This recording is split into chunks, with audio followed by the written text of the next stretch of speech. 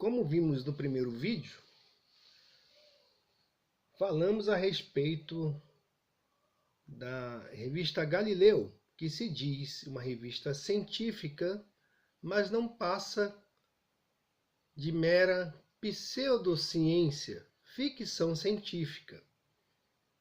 Então, ela, na verdade, demonstra ser o suprassumo da pseudociência.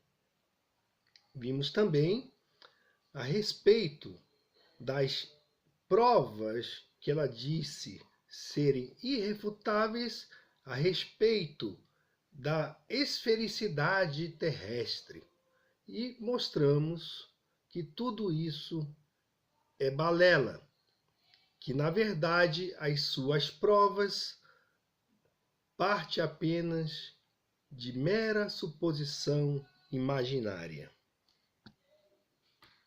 Vimos então que eles insistem em divulgar algo que é apenas uma suposição como verdade incontestável e tratam o assunto como se fosse uma religião, que é a pseudociência, baseada em dogmas e não em fundamento científico.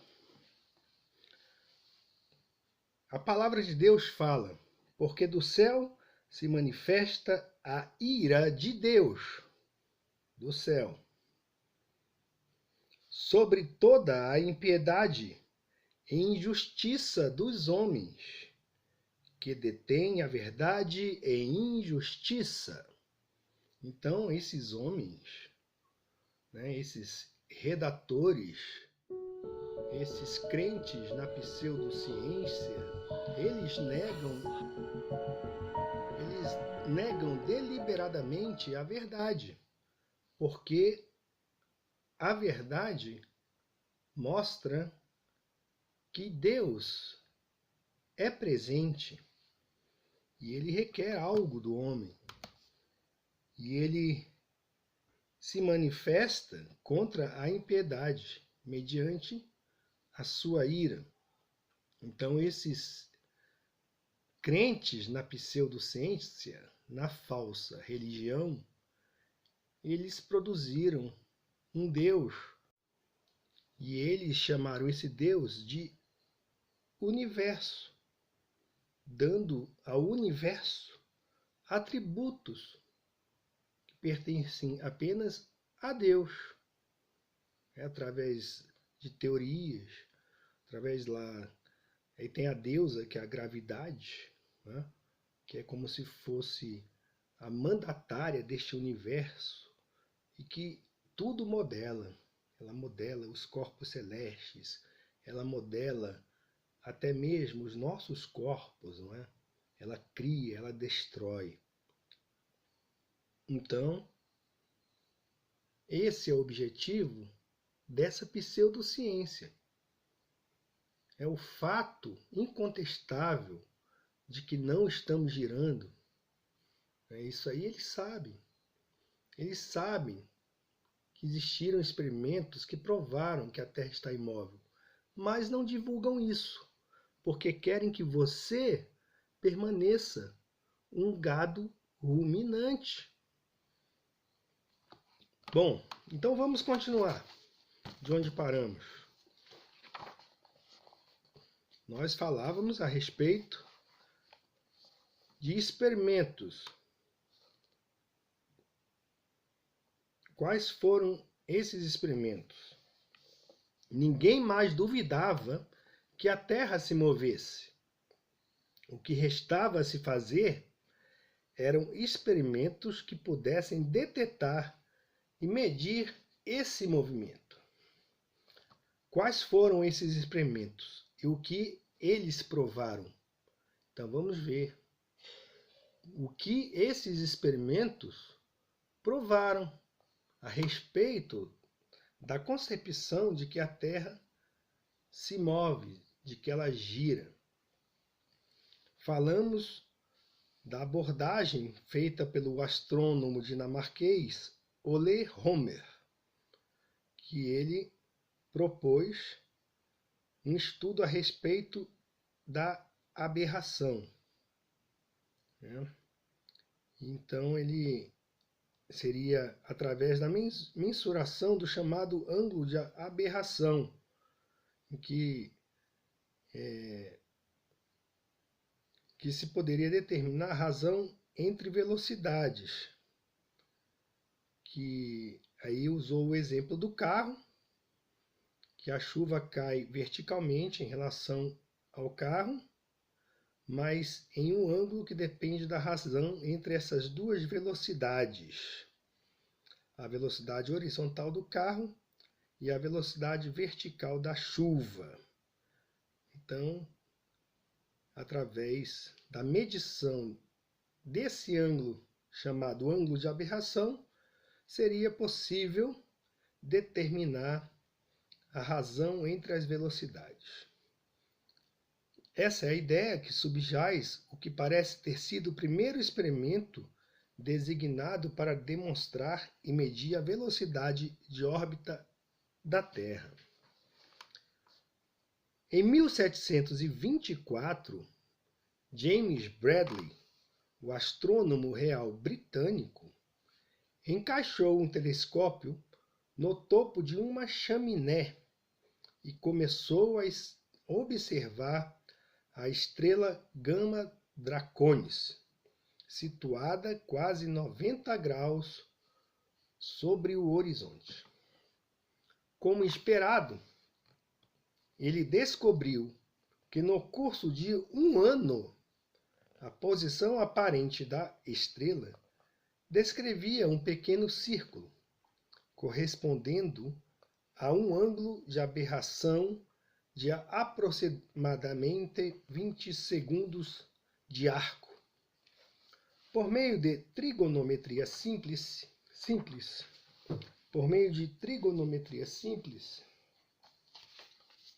sabe-se que esse ângulo é igual ao arco tangente de V/c, em que V denota a velocidade orbital da Terra e c corresponde à velocidade da luz. Ocorre que uma aberração de 20 segundos corresponde a uma velocidade orbital próxima de 30 km por segundo. Arranjo este que vai ao encontro da teoria astronômica à la Kepler e Newton. Bradley havia provado, aparentemente, que a Terra se move. O celebrado Epour se move de Galileu, ao que parece, havia finalmente sido confirmado e vindicado perante o mundo. A história, porém, não termina aqui. Sim, que para os globoloides, para esses redatores de Galileu, né, é essa parte da história que importa. Eles são como aquele sujeito lá, o tal de Rubens Recupero. Não sei se vocês já ouviram falar, né? Um homem público, igualzinho a esses homens públicos que estão aí. O que ele falava? Olha, aquilo que importa, a gente mostra. E o que não importa, que é desinteressante contra nós colocamos debaixo do tapete. Não é assim? Não é assim os nossos professores, cientistas, universitários, que estão aí enganando milhares de alunos, e eles mesmos estão sendo enganados? São enganadores sendo enganados, né? Então eles são desse lado aí, ó, do recupero, né? Desse lado aí, desses homens públicos, né? Então, a história, porém, não termina aqui. Em 1871, outro astrônomo britânico, chamado George Biddell Airy, conduziu um experimento baseado na ideia proposta mais de um século antes por um jesuíta chamado Boscovich. Havia ocorrido a Boscovich que, se o telescópio de Bradley estivesse repleto de água e não de ar, o ângulo de aberração resultante teria aumentado, visto que a velocidade da luz é menor na água do que no ar. No entanto, quando esse experimento revisado foi conduzido, o ângulo em questão não se alterou. A alegação de Bradley de que o movimento de 20 segundos era causado pela aberração havia sido refutado, e, para surpresa de todos, o argumento contrário ao movimento da Terra parecia então persuasivo. A lógica era simples. Dado que o movimento orbital implica em aberração, nenhuma aberração implica nenhum movimento orbital. E, desnecessário dizer, essa descoberta espalhou ondas de choque pela comunidade científica. Bom, mas o pior estava por vir, pessoal. O pior estava por vir. No nosso canal já falamos a respeito desse experimento. E ele fala aqui: o pior, entretanto, estava por vir. Em 1887, Michelson e Morley, ou Michelson e Morley, como queiram, conduziram seu famoso experimento projetado para detectar e medir a velocidade orbital da Terra não por meio da aberração, mas pela comparação da velocidade da luz observada na direção do movimento orbital com a velocidade observada na direção contrária. Evidentemente, as duas velocidades deveriam diferir ou ser diferentes por exatos 2v, sendo v, novamente, a velocidade orbital. Novamente, porém, para consternação geral, as duas velocidades da luz resultaram exatamente as mesmas, sugerindo que v igual a zero. Dois experimentos cruciais baseados em princípios físicos distintos haviam então levado à mesma conclusão. A Terra realmente não se move. Diante desta conjuntura, só restam duas opções. Então vamos ver aqui. Aceitar o veredito de que a Terra não se move e optar por uma versão refinada da astronomia tychoniana, ou buscar um modo de ajustar as leis da física para que a velocidade orbital da Terra seja de fato indetectável. O que é que eles fizeram? O que esses pseudocientistas ateus, o que eles iam fazer agora, hein? A história registra que Albert Einstein optou pela segunda alternativa e, ao fazê-lo, espantou o mundo com suas teorias da relatividade.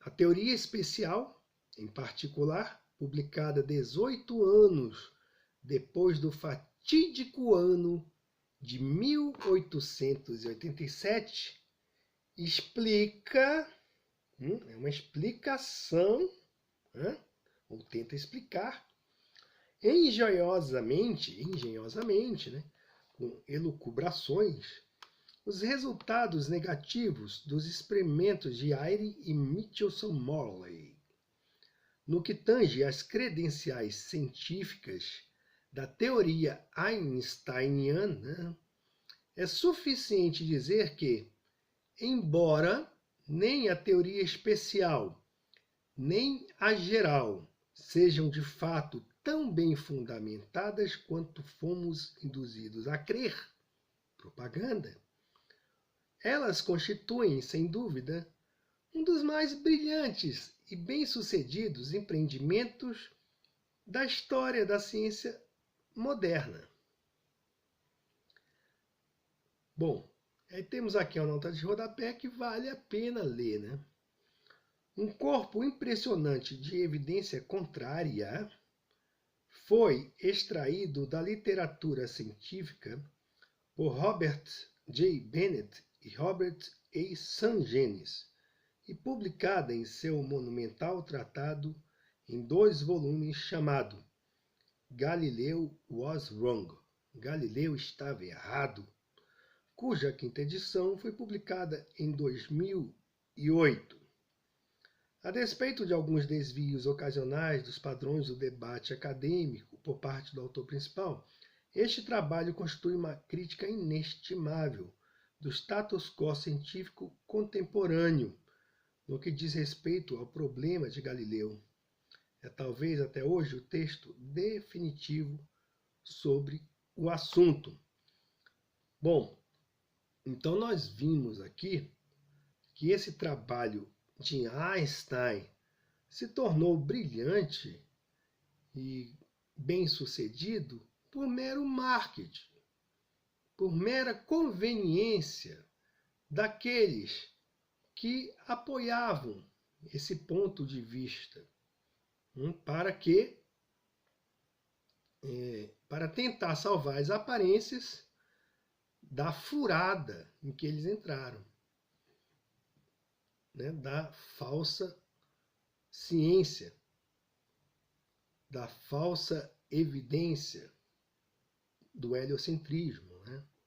Então, nós não nos devemos esquecer, ele continua, não nos devemos esquecer, porém, de que a física de Einstein opera pela lógica de salvar as aparências, vejam só.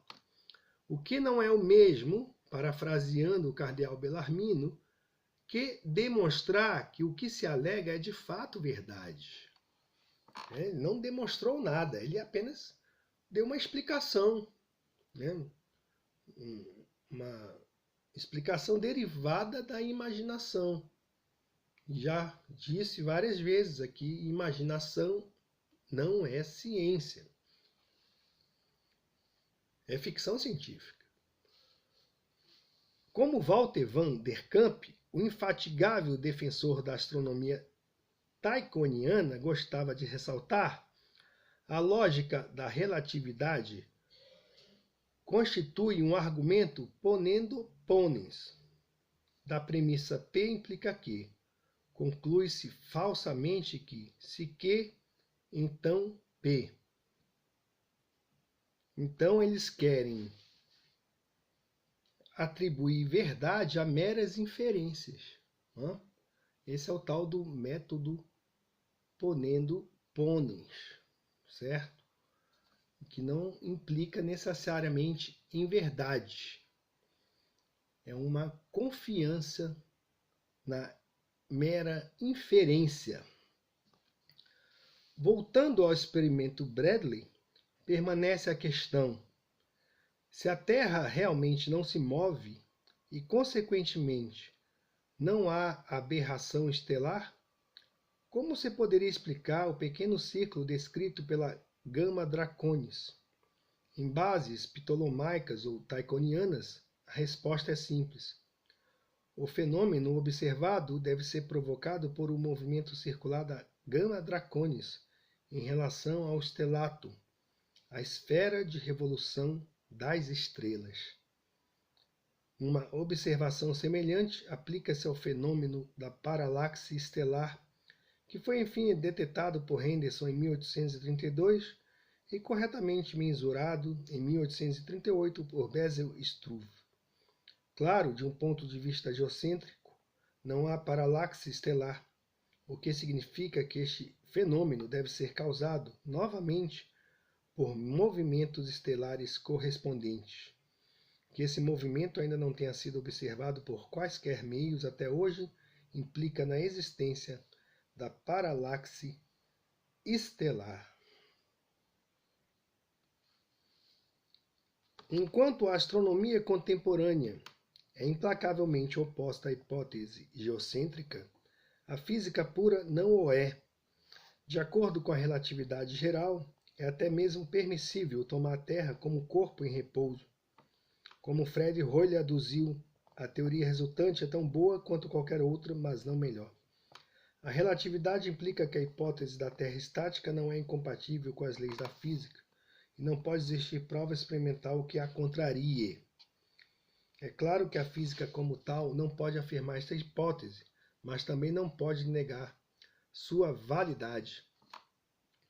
Dado que o desafio científico ao geocentrismo não se embasa na física, mas na astronomia, precisamos nos perguntar se esta tem condições de provar seu argumento.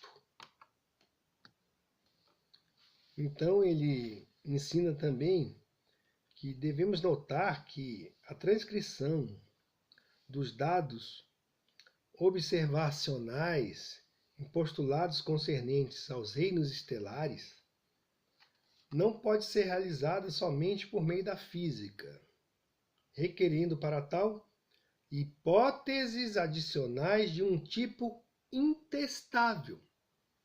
Quer dizer, requer imaginação. Requer algo que não pode ser provado, apenas inferido. Então, esses pressupostos adicionais são necessários para a sustentação do edifício da astronomia contemporânea. Então, mais uma vez, a gente se encontra diante da lógica do ponendo ponens, o que quer dizer que as hipóteses em questão são validadas por seu sucesso aparente em explicar os fenômenos observáveis, deixando de lado as circunstâncias de que, como o cardeal Bellarmino apontou há tanto tempo, esse tipo de argumento não é muito persuasivo. Ocorre que a cosmologia astrofísica dominante falhou mesmo no teste empírico. Se os experimentos de Airy e Michelson Morley tivessem produzido o resultado esperado, o argumento científico contra o geocentrismo, muito embora continuasse carente de poder persuasivo, teria pelo menos a capacidade de nos impressionar. O estado real do problema, no entanto, é que aquela antiga doutrina não se tornou nem implausível e muito menos foi refutada. Viram aí? Não foi refutado, né? Por mais que os globoloides e seus gurus, né? Os defensores da pseudociência, por mais que os redatores da Globesciência, rebatizada Galileu, falem essas bobagens, eles estão escondendo a verdade, porque nós sabemos que existiram experiências científicas muito reais que provaram que a Terra é fixa e imóvel, que o Sol, a Lua e as estrelas se movimentam ao nosso redor, e que existe o éter e não um vácuo em que todos estejam fixos e permaneçam constantes. Sim, havia esse grupo de cientistas que decidiram que seus pronunciamentos heliocêntricos deveriam ser comprovados e aceitos, mesmo que goela abaixo da população, né? Então esses caras, eles querem enfiar a goela abaixo do gado. Eles querem enfiar na sua goela, meu irmão. Você que está aí se achando um cara muito inteligente, porque você estuda a relatividade geral, né? A relatividade especial do Einstein Liguarudo. Né? Então você aí, que cristão, né? Que em detrimento da própria palavra de Deus, fica aí engolindo comentários de pessoas vendidas, vendidas, pessoas que não passam de um vazio, né? Cheia de vaidade, pessoas inchadas em sua vaidade, né? Pseudo-intelectual. Né? Aí vai lá, coloca no livro de Gênesis um monte de comentário admitindo que a Bíblia deva se rebaixar aos postulados da falsa ciência. Você me dá nojo, rapaz. Vocês, comentaristas, vendidos, vocês me dão nojo. Então, esses aí, cientistas, né, que decidiram isso, eles realizaram vários experimentos para provar que a Terra se movia ao redor do Sol. Mas, surpreendentemente, né, ou não, esses experimentos fracassaram. E eles sabiam disso. Nós vimos aqui os experimentos que fracassaram. Mas eles deliberadamente ocultaram essa informação. Porque eles possuem mentes corruptas. Porque para eles o heliocentrismo deve refutar a Bíblia, não importe a que custo, nem ao custo de suas próprias almas. Então, ao invés de serem verdadeiramente cientistas e aceitarem que a Terra não se move, eles então decidiram impedir e deter a verdade pela injustiça. Suprimiram a verdade como qualquer mentiroso faria. A ciência falsa não consegue e não pode comprovar o movimento da Terra porque ela não se move. Não é um planeta, estrela errante. Aqueles primeiros falsos cientistas são os autores dos livros didáticos que os cientistas e os autores de hoje consultam. Os alunos que aprenderam com eles estão em pior estado do que estavam, porque esses estudantes realmente acreditam que a Terra se move, enquanto os falsos cientistas ludibriadores, originais, eles sabiam muito bem que estavam errados. Então, há diversos experimentos, né? Nós vimos aí essas experiências e tomamos conhecimento aqui, em pesquisa, que há outras 3 experiências que foram deliberadamente ignoradas pelas universidades porque elas dão suporte ao geocentrismo. A primeira é a experiência de Michelson-Gale. A referência é do Astrophysical Journal, de 1925, 61, páginas 140 a 145. Esse experimento detectou o éter que passa na superfície da Terra com uma precisão de 2% da suposta velocidade da rotação diária da Terra. Assim, o experimento Michelson-Morley não detectou nenhum movimento da Terra ao redor do Sol, mas o experimento de Michelson-Gale mediu a rotação do éter em torno da Terra, mas não a rotação da própria Terra. Isso certamente é prova caudalosa a favor da geocentricidade. A segunda experiência é a falha de Airy. Referência: Processo da Royal Sociedade de Londres, volume 20, página 35. Os telescópios têm que estar ligeiramente inclinados para que a luz das estrelas desça o eixo do tubo por causa da velocidade da Terra ao redor do Sol. Airy encheu um telescópio com água que diminuiu a velocidade da luz dentro do telescópio e descobriu que ele não precisava mudar o ângulo do telescópio. Isso mostrou que a luz das estrelas já estava entrando no ângulo correto, de modo que nenhuma mudança era necessária. Isso demonstrou que eram as estrelas se movendo em relação a uma Terra estacionária, e não a Terra em órbita rápida em movimento em relação às estrelas comparativamente estacionárias. Se fosse o movimento do telescópio, ele teria que mudar o ângulo. 3. A experiência de Sagnac. Referência: Comptes Rendus, 1913. Volume 157, páginas 708, 710 e 1410 a 1413.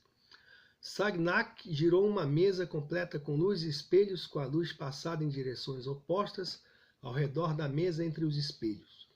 Ele detectou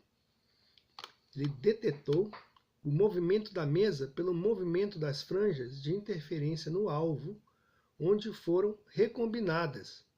Isso provou que existe um éter que a luz tem que passar, e isso destrói completamente a teoria da relatividade de Einstein, que afirma não existir éter. É por esta razão que este experimento é completamente ignorado pelos cientistas.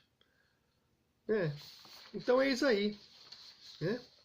Vocês, estudantes, vocês, pseudocientistas, vivem no mundo da mentira. E nós, terraplanistas, geocentristas, estamos bem fundamentados na verdade. Porque a Bíblia não tem erro científico, meu amigo. Certo? O erro está com vocês. Certo? Vamos lutar cada dia mais pela verdade da Terra plana. Fica a dica.